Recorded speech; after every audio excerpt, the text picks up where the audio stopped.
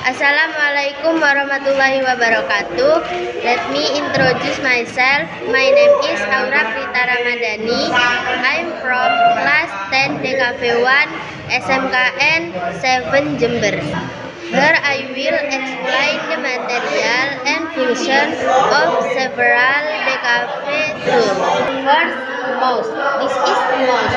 Is a small computer input device used to control the cursor on the screen. Its function include moving the cursor, selecting, scrolling, and more. Second, keyboard. This is a keyboard. This a mic input device used to enter text, number, and command into a computer. Its function include typing, navigation, and executing shortcut command. Thank you for your attention.